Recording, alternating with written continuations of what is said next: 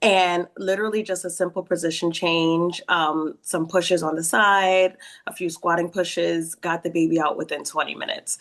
Um, Nobody had thought to do it before, but it's nice now that we're all trained in this. But that's one thing that midwives do bring. Sometimes, depending on the baby's position, that may not be, helpful for us. So definitely position changes, things of that nature was what we're basically taught in midwifery school to kind of use that to assist in the normal cardinal movements of the baby as the patient is laboring.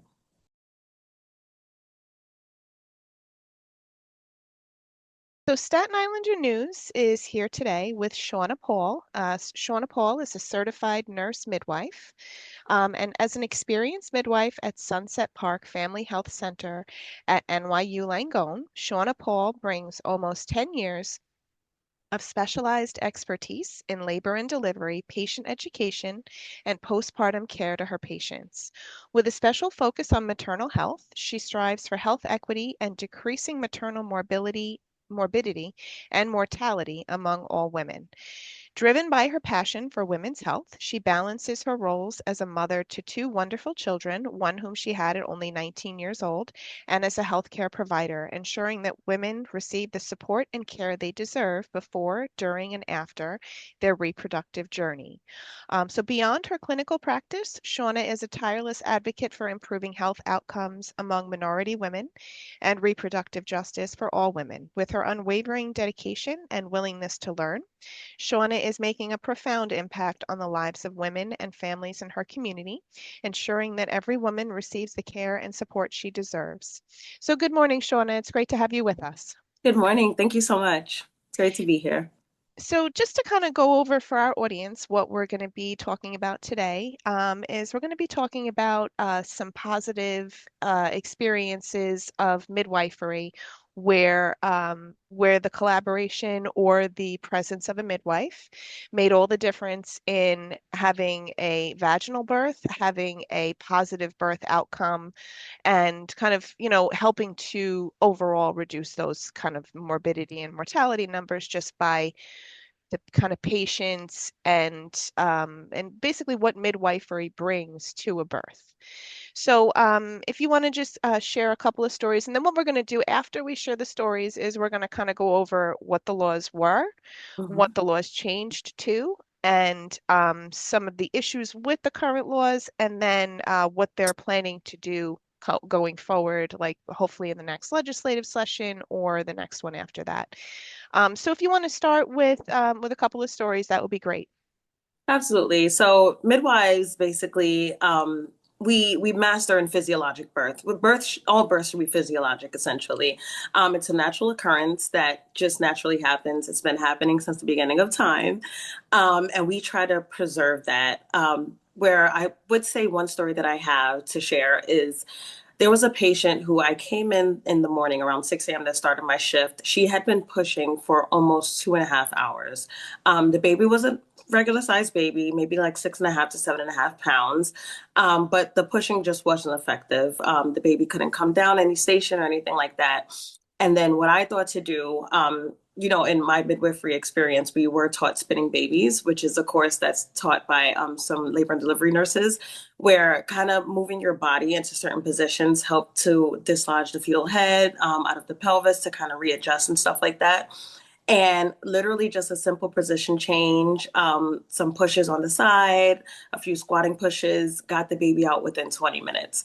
Um, Nobody had thought to do it before, but it's nice now that we're all trained in this. But that's one thing that midwives do bring.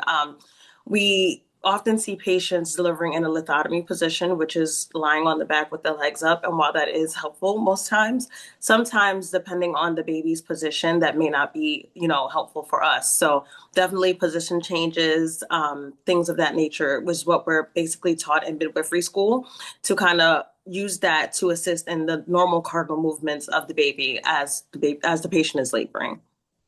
Oh, awesome. Another story I have is just when I was training. I had a midwife who I was working under, Kylie. She is the greatest. And I kind of saw how she was with the patient that she had been seeing in the clinic, who she happened to be there to deliver as well. And just the trust that the patient had with her. just made all the difference in the world. The patient had had a delivery prior at a different hospital in New York State. The hospital does have a bad history, unfortunately, of having some maternal deaths and things like that. So she was very reluctant, very scared to even just give birth, in general. But Kylie, like the time she took with her, the education she gave to her, kind of just reassuring her that everything would be okay. We do the best for her. We take care of her. We take care of the baby. And if at any point things were to go left, we did have the collaborating physicians in house who are ready and willing to assist when necessary, only when necessary, which is a great part.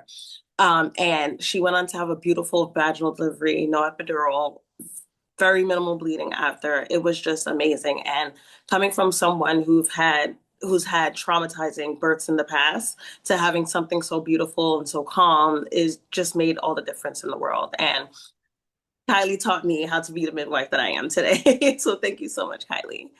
Um, yeah, I think also as well as with what I'm seeing with the patients that I have, we do have more of an influx in African American patients, and there's everybody who watches the news knows that there's a big disconnect between the African American and the minority community with the medical system, which is very unfortunate, but sometimes it's rightfully so. Where I can be that liaison, where it's like, okay, I don't perform out of hospital births. I do perform in hospital births, but I can let you know that I have been trained properly to do physiological births, to do everything that you would want me to do in your birth, so long as it's safe. And I'm going to make sure that you're heard.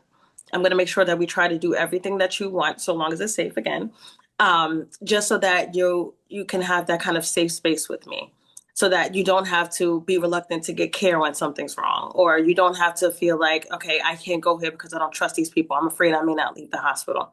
So that's where I come in, and I have seen that I have a lot more of those type of patients, and it means the world to me to kind of see that they think of me in that way, where it's like, you know what, she's the one I trust. I know I'm going to be okay when I work with her, which is totally amazing. And it's a great feeling. And it's literally the reason why I do what I do. Oh, awesome. Yeah. And so the Sunset Park Family Health Center is kind of like not a freestanding birth center. It's like Okay. a clinical practice attached to the NYU Langone. Hospital, correct. Yes. Okay, So we and provide go ahead, clinical I'm care sorry. in the outpatient, and then we deliver the patients inside the hospital as well. Oh, so you actually do home visits for like the No, no, not home visits. I'm prenatal sorry. care? We do the prenatal care in the clinic, and then we go Oh, in the to the clinic. hospital to deliver. Yes. Okay, awesome. And when you were saying like NYU Langone, you're kind of noticing that there's like more of a minority community coming in to Yes. NYU Langone, kind of going there for care, Yes. Yes. Which is which is amazing. awesome. Yeah. Absolutely. I mean, Definitely. NYU Langone has a really good reputation and stuff like that. Absolutely. So Absolutely. that's And important. I think one reason why is because of the midwifery model that they have adapted. They're one of the only hospitals in the city that's doing that, which is amazing. And they see that, midwives, when they do provide care, they do have, slightly better outcomes when it comes to vaginal deliveries and things like that. And the way that they modeled it to where we work directly closely with the OBs so that they're in house, and if anything goes wrong, they're able to take over. We kind of work in, like a cohesive space. Just makes it all the difference. Just makes all the difference. Right, right. Um, okay. So, and if you have, would you like to share any additional stories? Yes. So I will say, like I said, birth is physiologic, but there is times where things happen where we need to kind of make instant decisions to make sure that you and your baby are safe.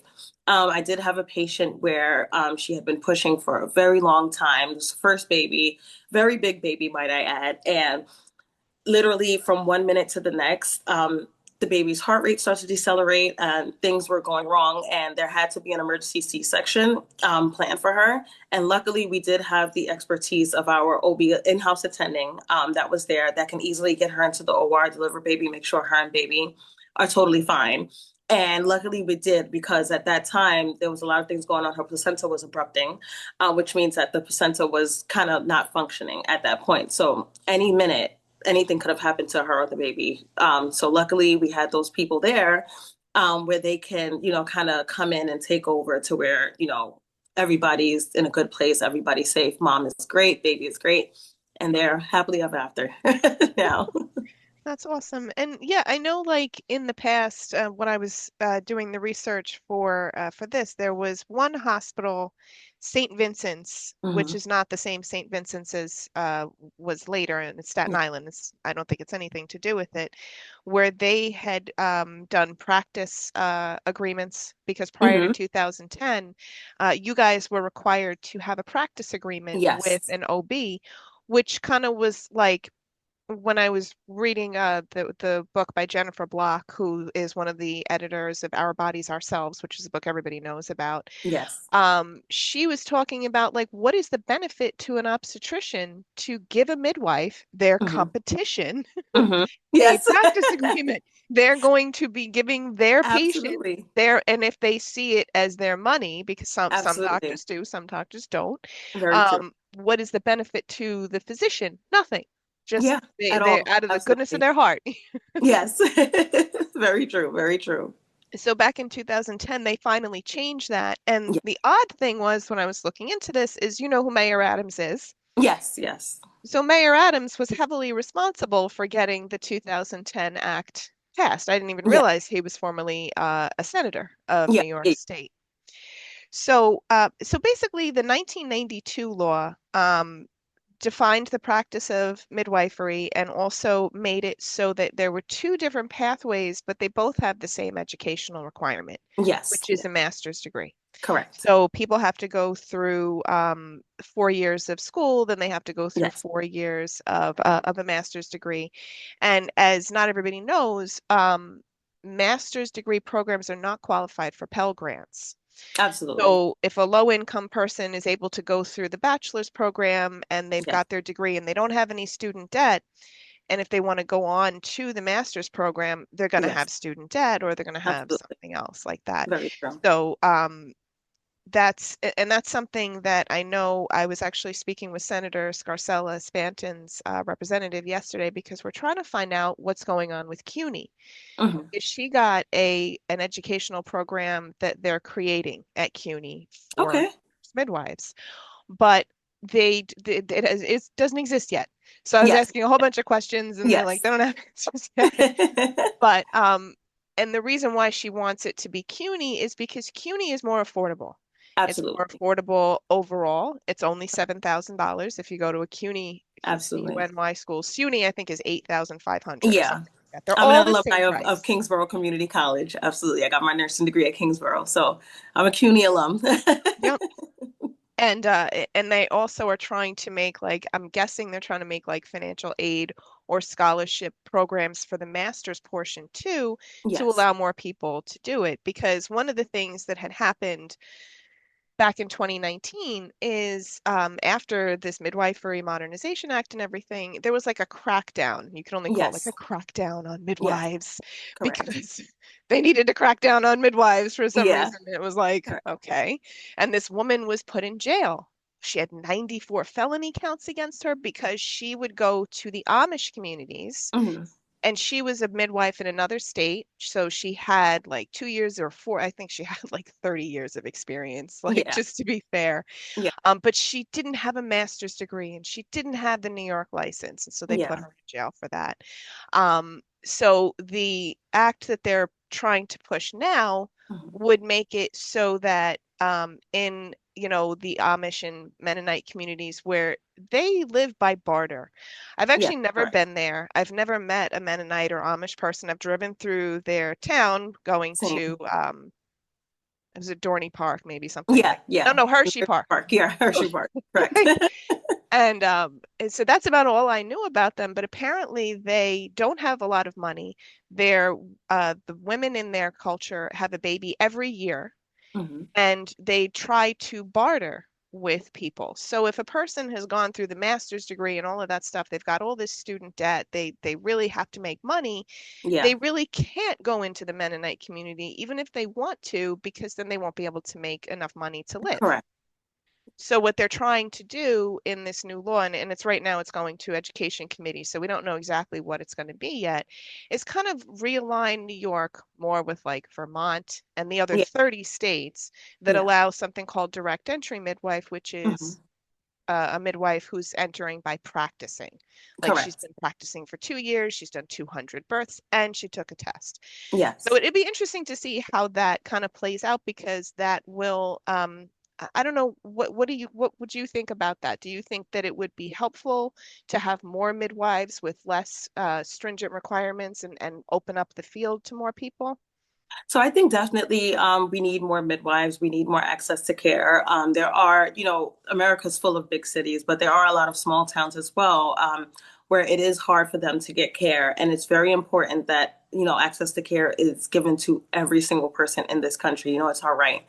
I don't think that it should be less stringent. I believe it should be, everybody has the same, kind of education. And especially something like midwifery education is very important, but experience is also as important. So I believe definitely that if someone were to have, the same education, to be licensed in this state, the same education, the same test, as well as some experience requirements, a direct entry would be, a great idea. It's almost the same as in nursing. Right, right, right. Um, and so the and also the Midwifery Modernization Act. Basically, I did not know this until I was looking into this a couple of weeks ago, was that home birth was illegal in New York. Mhm. Now, if it, I'm used to being in New Jersey. I do a lot of work in New Jersey, so I knew that home births were legal in New Jersey because I actually Mhm. met people who had a home birth in New Jersey Yes. exactly as they wanted. They had it at their house. They even showed me the little ball that they left behind. I'm like, ooh, a souvenir. Like Yes. they have the birth ball forever now in their corner of their bedroom. I'm like, Yes, yes. but in New York, up until 2010, you were not allowed to have a home birth, even if you wanted it, even if you had a midwife who wanted to provide it, you were not allowed to have it. Mhm. So that was beneficial to people because some people do want to have it at home. They Absolutely. want to, especially a second baby. Yeah. It's usually like the first baby, everybody wants to have it in the hospital. They want Yeah. that environment, that atmosphere. But like I was reading some quotes from the one of the assembly members who was supporting that bill. Assembly member Amy Paulin said, all three of my children were delivered by a midwife. We chose home birth for the second two. And she lives in Westchester, so the midwife was affiliated with a hospital in the Bronx and Mhm. a half an hour away. So if she had needed to go to a hospital, they would have gone to Westchester, not to the Bronx. So the written practice agreement in that instance was totally pointless for them. Mhm. So that's one of the reasons why she was supporting the practice agreements, like getting rid of the practice agreements, which Yeah. has, I'm sure it's benefited a lot of midwives to Absolutely. not be, because that just adds another layer of a barrier to entry. Yeah. It's Yeah. like you've gone through all this schooling, you've gone through all this stuff, but then you have to find a doctor who's willing to, do this thing for you Yeah. where they're willing to, I guess kind of like go to bat for you or whatever and like take Absolutely. liability Absolutely. and stuff like Yeah. that. Yeah, I believe it absolutely is another layer, but I think what it boils down to is just the safety of the patients. I can't really speak too much on, like home births and birth center things like that because I don't have too much experience in that. I don't have any experience actually. But I do think it's mainly for the safety of the patients. While I don't think it should be necessary that you have something written before you're able to practice, I do think relationships are very important. Of course, if there was anything to happen to a patient while they're at home, you for sure want to make sure that they're able to get the level of care that they need immediately to prevent any adverse outcomes. Right, of course.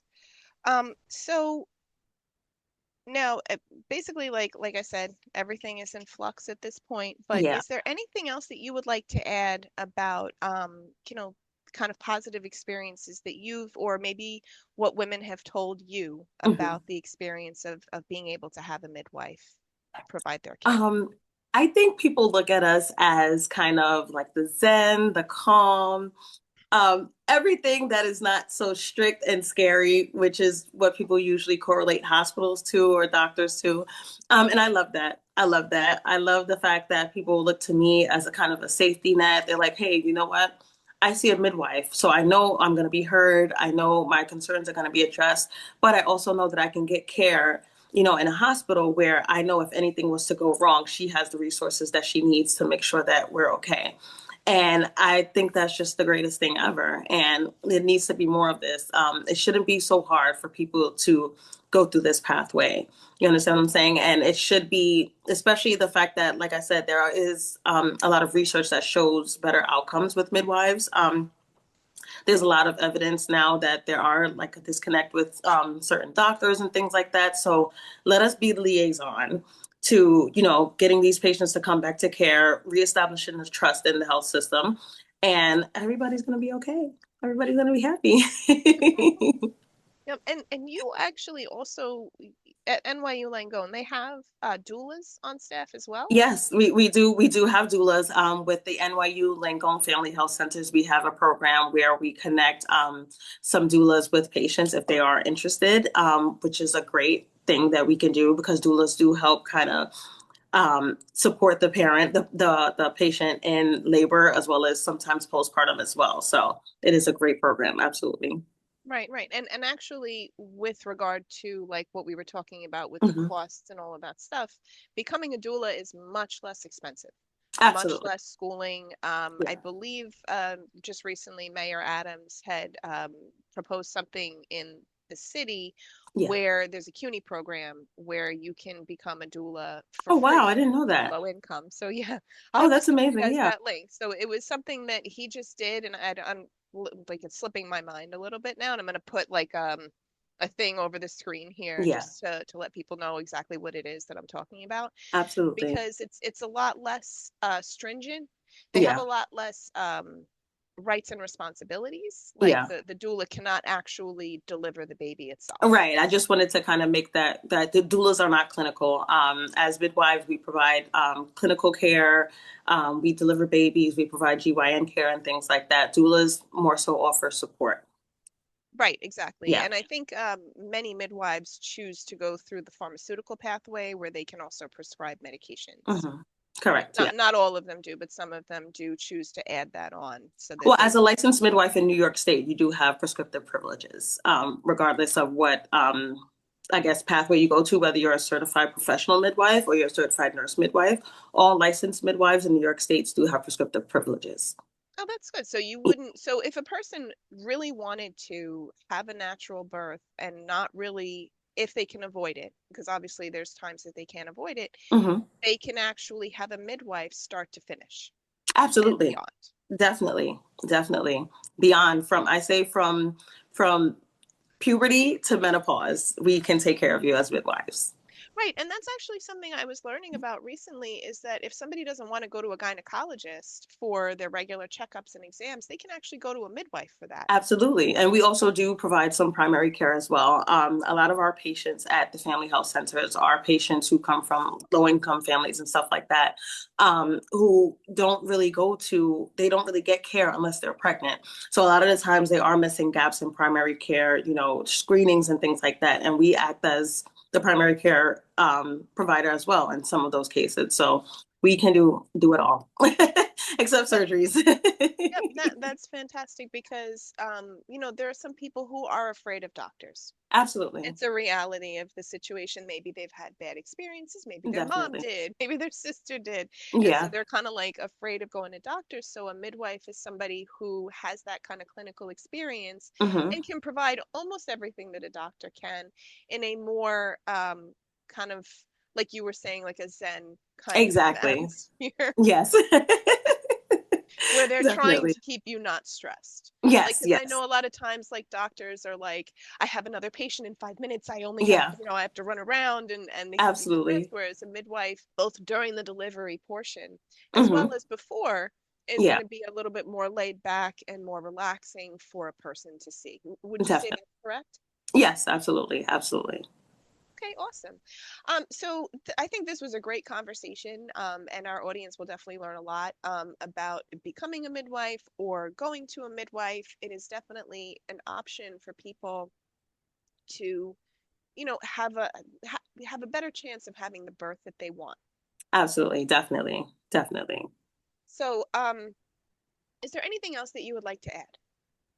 Come to NYU Langone, Brooklyn. We're waiting for you. We provide great care. We have an amazing team of midwives, nurse practitioners, and physicians. We're here to help you. And I want more midwives in the state as well. So go to school, become a midwife. Awesome. Well, it was really great to speak to you, and You I as hope you well. have a Thank you nice so rest of your day. much. Thank you. Thank you.